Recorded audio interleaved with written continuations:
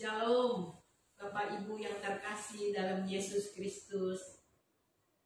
Apa kabar? Saya harap semua dalam keadaan baik-baik dalam lindungan Tuhan. Sebelum kita diberkati oleh firman Tuhan, mari kita tundukkan kepala, kita mau berdoa kepada Tuhan. Bapa yang amat baik, kami sangat bersyukur Tuhan.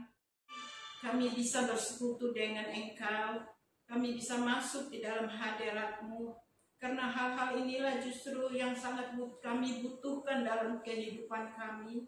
Oh Roh Kudus, urapi kami semua, jemaat-Mu di Bonang dan di Ligang, maupun saudara-saudara seiman kami yang mendengar firman-Mu. Jamah kami, urapi kami, supaya kami semuanya memperoleh berkat firman-Mu. Kami butuh itu ya Tuhan dalam hidup kami. Karena firman-Mu adalah kekuatan untuk hidup kami. Dan kuduskanlah kami, biar kami mau membuka hati kami ya Bapa, untuk menerima firman-Mu. Dan kami belajar untuk melakukannya. Di dalam nama Yesus kami berdoa. Haleluya. Amin. Saudara yang kekasih, sudah sekian lama mungkin kita masih belum bisa bertatap muka secara fisik. Tetapi kita bersyukur kita masih bisa mendengar firman Tuhan. Kalau kita bisa saja mendengar firman Tuhan, Bapak Ibu masih duduk bersama keluarga atau saudara-saudara lainnya, masuk di dalam hadirat Tuhan bersama-sama beribadah di Zoom maupun di video.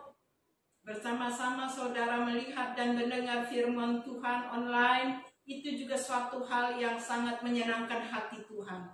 Karena ini pun merupakan satu ketaatan yang kita jalani dalam hidup kita ini.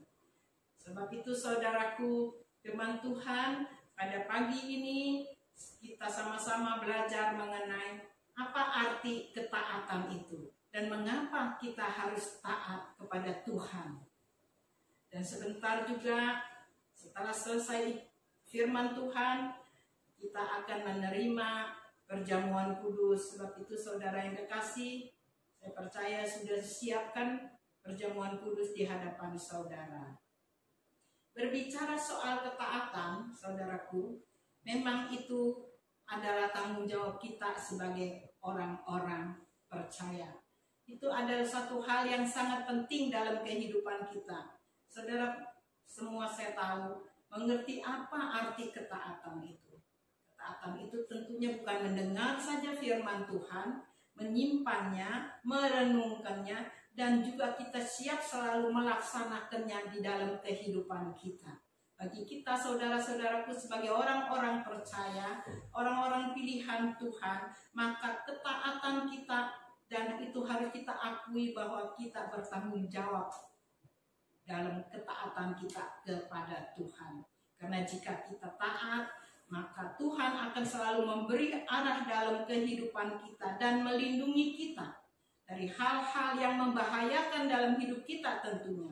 Ketaatan merupakan petanda yang dimana kita bisa mengasihi Tuhan dengan akrab dan bergaul dengan Allah sehingga membawa kita semakin dewasa di dalam Tuhan. Saudaraku yang terkasih, hidup saudara dan saya sebagai orang-orang percaya tidak bisa dipisahkan dari ketaatan. Sebab anak-anak Allah seperti saudara dan saya harus hidup dalam kehendak Tuhan, bukan kehendak manusia. Kita memerlukan ketaatan hati dan untuk menyangkal dan untuk bisa dapat menyangkal diri. Tetapi terkadang saudaraku, orang akan taat kalau hal itu bisa menyenangkan hatinya dan menguntungkan dirinya. Kalau itu pun membuat dia harus berkorban, maka ia akan berontak dan menolaknya. Itulah kita sebagai manusia yang kadang-kadang melakukan hal itu. Tapi firman Tuhan di dalam ketaatan, kita baca di dalam Matius 7 ayat 24. Setiap orang yang mendengar perkataanku ini dan melakukannya, ia sama dengan orang yang bijaksana yang mendirikan rumahnya di atas batu. Setiap orang, saudaraku, mendengar perkataan firman Tuhan akan melakukan firman Tuhan. Jadi kalau kita pagi ini mendengar firman Tuhan, kita menyimpannya, merenungkannya, dan melakukannya di dalam kehidupan kita. Kita tidak bisa jauh dari ketaatan sebagai orang-orang percaya. Berbicara ketaatan memang gampang, saudaraku, tapi sulit kadang-kadang kita lakukan. Salah satu contoh saja, di dalam kita online atau kita Zoom, kita mesti sudah ada waktunya kita untuk duduk di hadapan TV atau kita melihat WA kita. Itu saja kita sulit melakukannya. Kita beribadah bersama-sama dengan keluarga. Kadang-kadang kita tidak bisa taat. Kita tidak bisa duduk diam mendengar firman Tuhan. Karena kita banyak kesempatan untuk bisa ke sini, ke sana. Jadi kadang-kadang memang sulit kita taat, tetapi biarlah pada pagi ini kita belajar untuk taat kepada Tuhan. Kalau saja kita sedang ibadah di rumah, kita mendengar firman Tuhan, mari kita duduk dengan manis. Kita siapkan hati kita. Kalau kita mengasihi Tuhan, kita mau masuk di dalam hadirat-Nya, supaya Tuhan pun disenangkan oleh ibadah kita dengan ketaatan kita. Ada amin, saudaraku? Kita mau belajar untuk duduk diam di bawah kaki Tuhan. Belajar, saudaraku. Karena orang yang taat pasti mengasihi Tuhan. Orang yang taat pasti bergaul erat dengan Tuhan. Orang yang taat pasti rindu selalu ingin mendengar firman Tuhan. Orang yang taat selalu ingin dapat kekuatan aliran sungai dari surga dalam hidup. Mengapa kita harus taat, saudara? Kita belajar, ada beberapa poin saja. Yang pertama, kita perlu taat. Kalau tidak, iblis sering menipu kita. Kita tahu iblis selalu mencari celah-celah kita yang lemah untuk menipu kita, sehingga kita menjadi orang yang tidak taat. Orang yang tidak taat selalu mendengar suara-suara daripada iblis. Sebab itu kalau kita taat kepada Tuhan, kita bisa menyingkirkan suara-suara iblis itu yang mau menjatuhkan hidup kita. Saudara, kenapa kita harus taat kepada Tuhan? Saat ini kita menghadapi perjamuan kudus. Berarti kita mengingat kasih Tuhan yang luar biasa, pengorbanan Tuhan. Kita taat kepada Tuhan karena Dialah yang memberi keselamatan kepada kita sebagai anugerahnya yang terbesar yang Tuhan berikan dalam hidup kita. Tetapi keselamatan itu bukan dengan iman kita saja, tetapi juga kita harus taat menjalankannya seperti yang Tuhan inginkan. Keselamatan yang kita sudah peroleh, kita perlu menjalankannya dengan taat selama kita hidup. Ada amin, saudaraku. Jadi ketaatan itu betul-betul adalah pilihan hidup kita dan tanggung jawab kita sebagai orang-orang percaya. Kita tidak mau ditipu oleh iblis.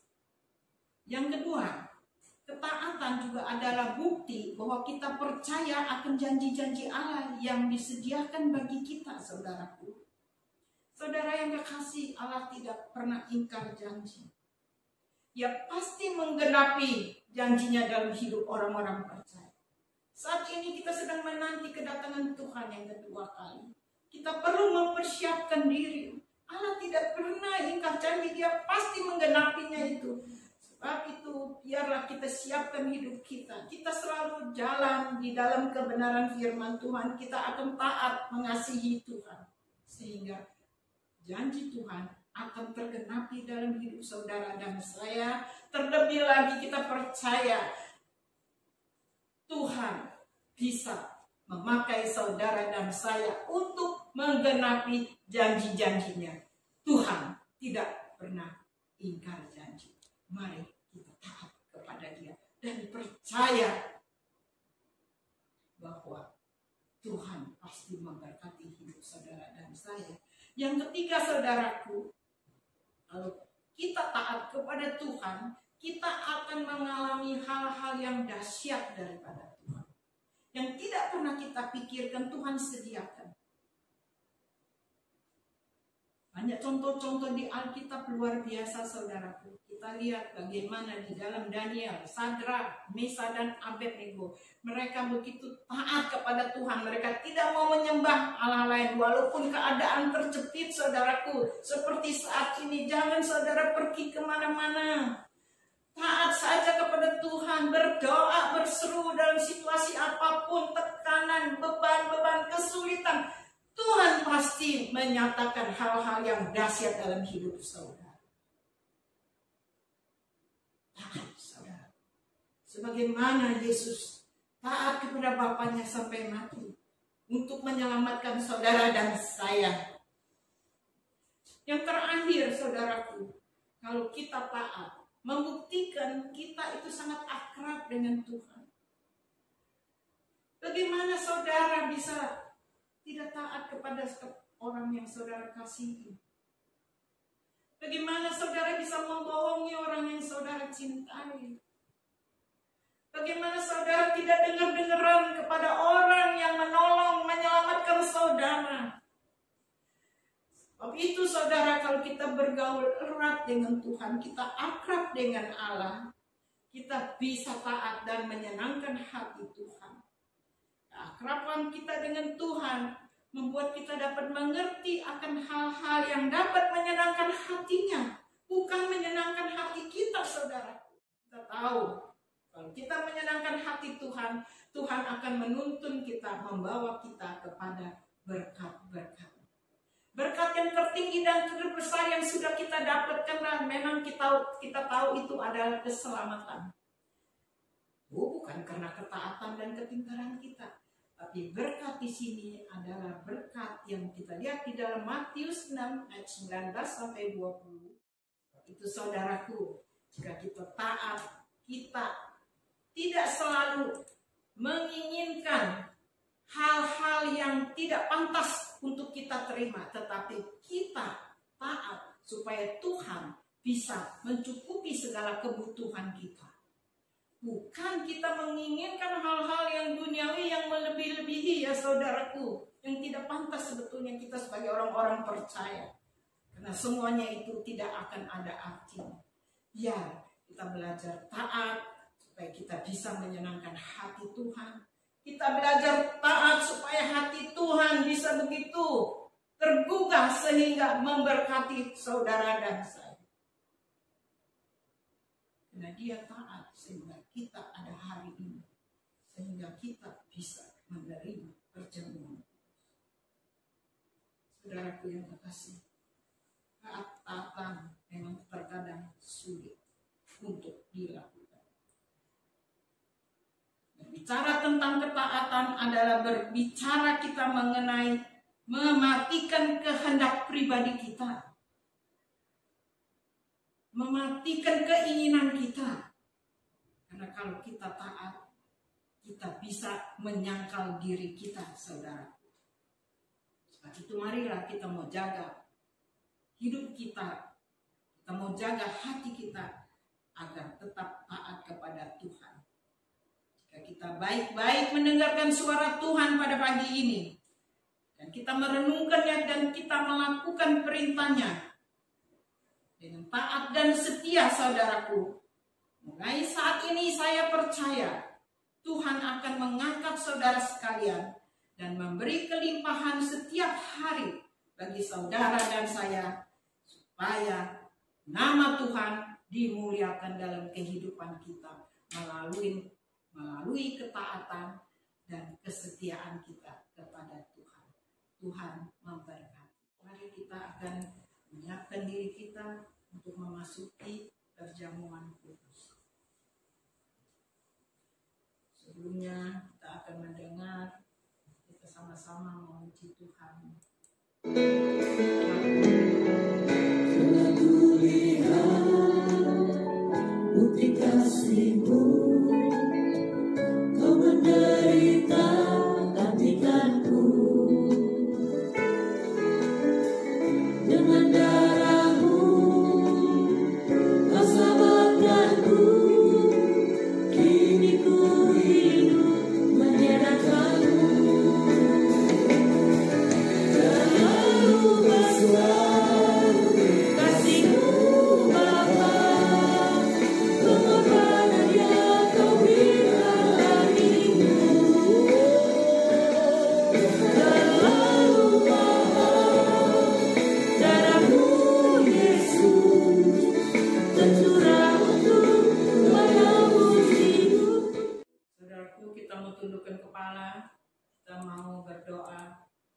untuk firman Tuhan, dan kita juga mau berdoa untuk perjamuan kudus ini.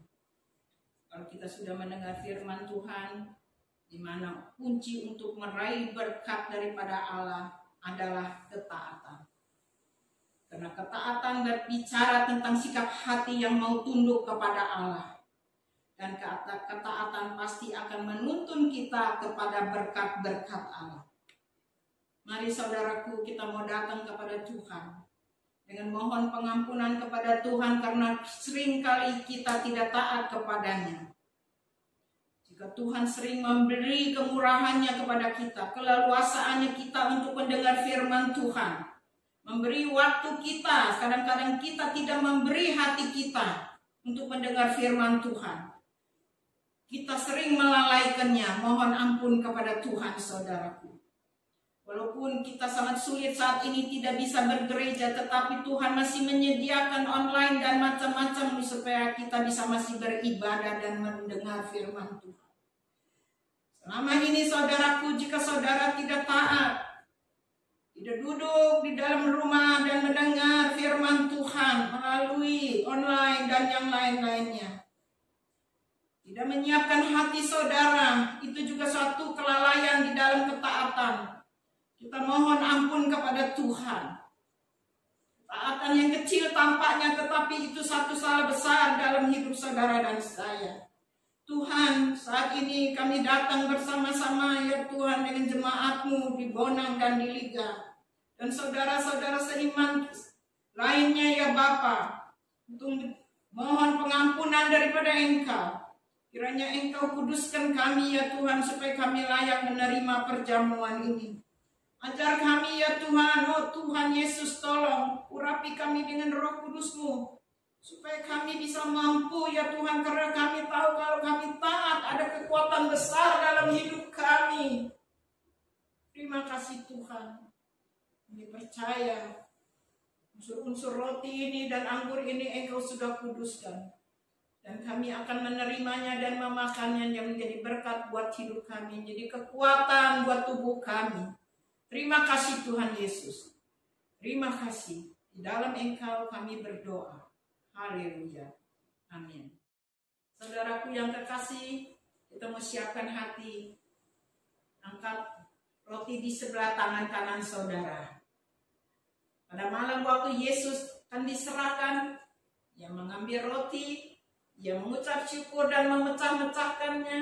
Dan Yesus katakan, inilah tubuhku yang kuserahkan bagi kamu. Perbuatlah ini menjadi peringatan akan daku setiap kali kamu memakannya.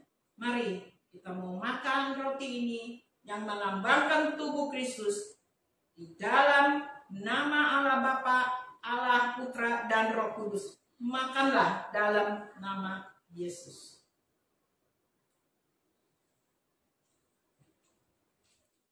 Sekarang dengan cawan di atasnya, setelah makan Yesus katakan, cawan ini adalah perjanjian baru yang dimateraikan oleh darahku.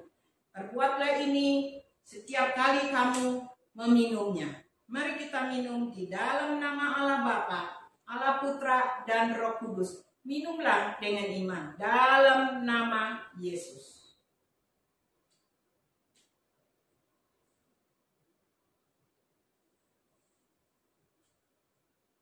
Kita mau mengucap syukur saudara kepada Tuhan untuk ketidaktaatan kita kepada Dia. Kiranya Tuhan mau mengampuni.